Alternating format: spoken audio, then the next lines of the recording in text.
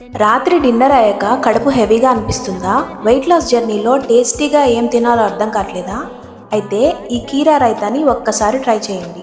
ముందుగా కీరా ముక్కల్ని అయితే తీసుకోండి. వాటిని మనం తురుమాల్సిన అవసరం లేదు.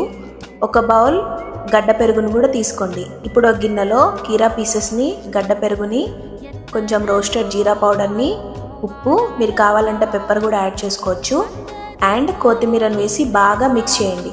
ఇప్పుడు ఈ మిక్స్ చేసిన మిశ్రమాన్ని తీసుకెళ్ళి ఒక 2 నిమిషాల పాటు ఫ్రిడ్జ్లో అయితే పెట్టండి. అంతే, 2 మినిట్స్లో అయితే రెడీ అయిపోయింది.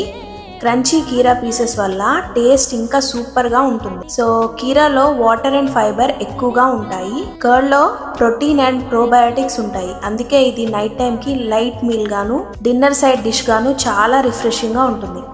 డైజెషన్ కూడా సపోర్ట్ చేస్తుంది. ఎక్కువసేపు ఫుల్గా ఉన్న ఫీలింగ్ కూడా మనకి రావడానికి హెల్ప్ చేస్తుంది.